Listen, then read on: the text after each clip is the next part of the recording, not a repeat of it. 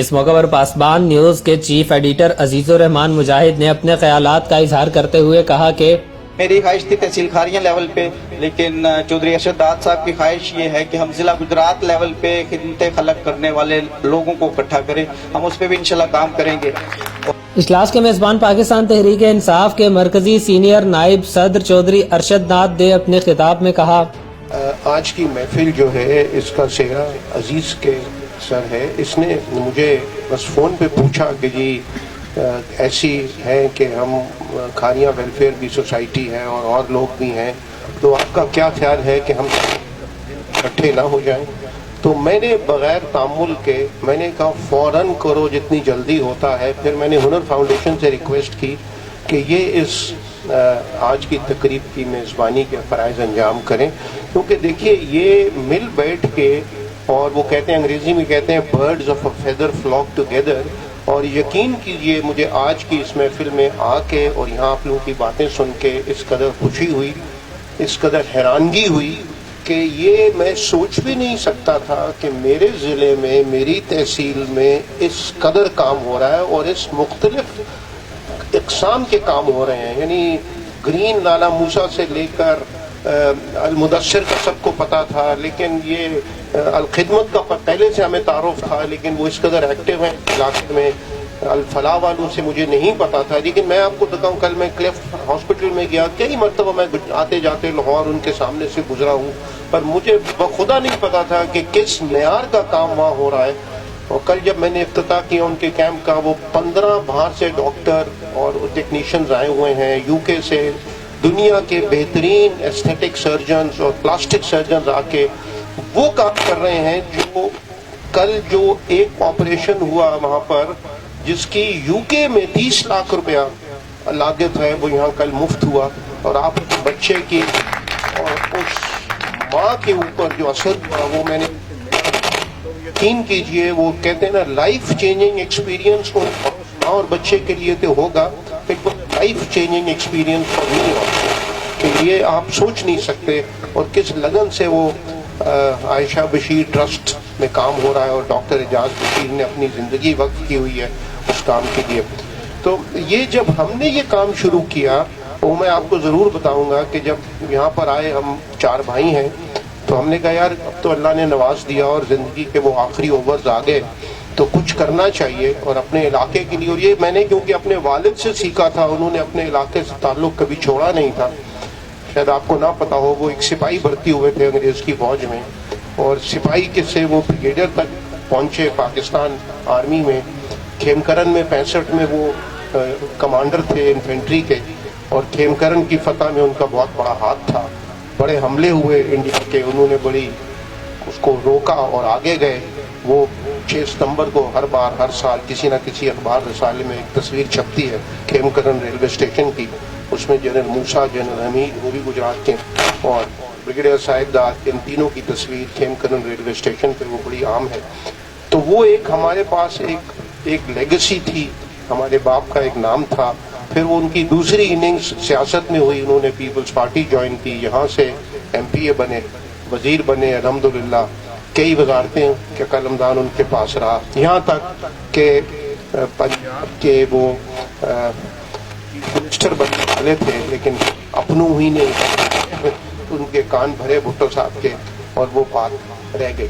تو اس لیگسی کے ساتھ ہم بھائیوں نے فیصلہ کیا. اور جب والد صاحب اور والدہ کا ایک ہماری تربیت میں یہ بہت بڑا تھا کہ اپنے گاؤں سے، اپنے رشتہ داروں سے، غریب ہوں امیر ہوں، ان سے ملنا، ان سے تعلق رکھنا اور ان کی مدد کرنا. میں نے اپنے والد کو ساری عمر اپنے رشتہ داروں کی، اپنے بھائیوں کی، اپنے بہنوں کی، اپنے میرے ماموں کی مدد کرتے دیکھا ہے. گاؤں سے کوئی بھی آ جاتا، تہمت میں آ جاتا، چادر میں آ جاتا، ہمارے گھر کا دروازے کھلے رہتے تھے، ان کو گیسٹ روم میں ٹھہرایا جاتا. کبھی یہ نہیں ہوا کہ گاؤں کا مہمان جو ہے وہ سب ان کوارٹر میں ٹھہرایا گیا ہو، ہمیشہ مین ہاؤس میں ٹھہرتے تھے. تو وہ ایک تعلق ہمارا رشتہ داروں سے اور علاقے سے رہا.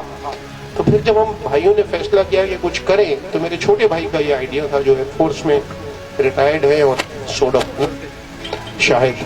تو انہوں نے کہا جی ایک ویلفیئر کا کمپلیکس بنائیں اور جس کا فوکس یوتھ ہو، کیونکہ ہم سب کہتے ہیں یوتھ بلج ہے، پاکستان کا فیوچر یوتھ ہے.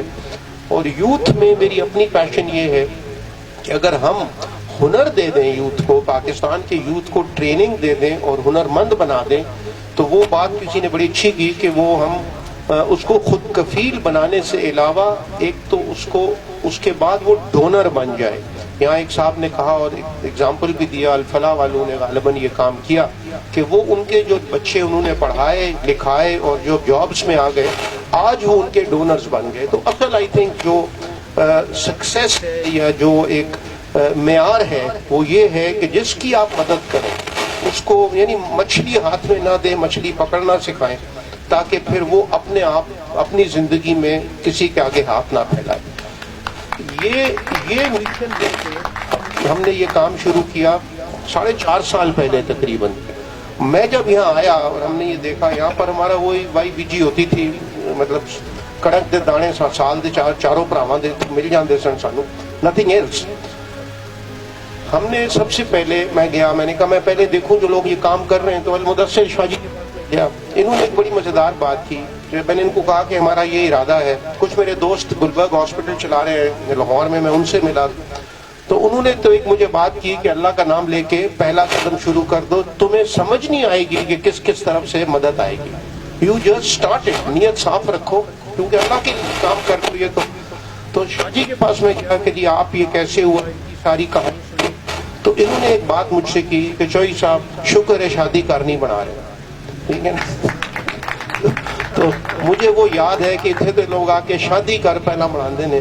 اور تو ہم نے یہ چھوٹے پیمانے پر LRBT کا پرائمری آئی کیئر سینٹر جو کہ ساڈا واق سی اس کا جو ڈیرا تھا اس کو ٹھیک کر کے ان کی ریکوائرمنٹس کے مطابق ہم نے شروع کیا.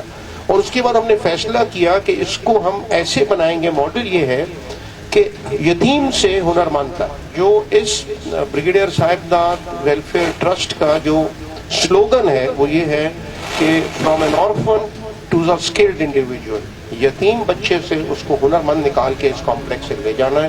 100 کنال کے ایریا ہم نے وقف کر دیا، جو کچھ تھا ہم نے دے دیا، اپنا آبائی گھر بھی ٹرسٹ میں ڈال دیا. تو ہم نے شروع کیا چھوٹے سے کیونکہ وسائل کم تھے اور ہمیں نہیں پتا تھا کہ ہم یہ کر پائیں گے کہ نہیں. لیکن پروگرام یہ تھا کہ ہم یتیم خانہ بنائیں، پرائمری سیکنڈری ایجوکیشن ہو، ووکیشنل ٹریننگ ہو مردوں کی، بچوں کے لیے، بچیوں کے لیے، اور یہاں سے ہو. اور پھر یوتھ کے لیے یہاں پر ان کی آئی اسکریننگ بھی ہو اور ایک چھوٹا سا پیڈیاٹرکس کلینک بھی ہو.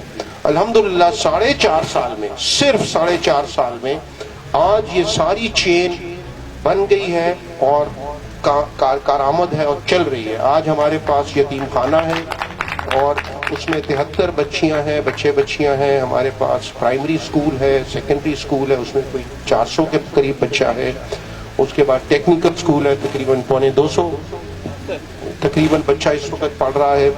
اور ہم اس کو بتدریج ٹیکنیکل سکلز بڑھانے لگے ہیں کہ جو چیز ابھی ہم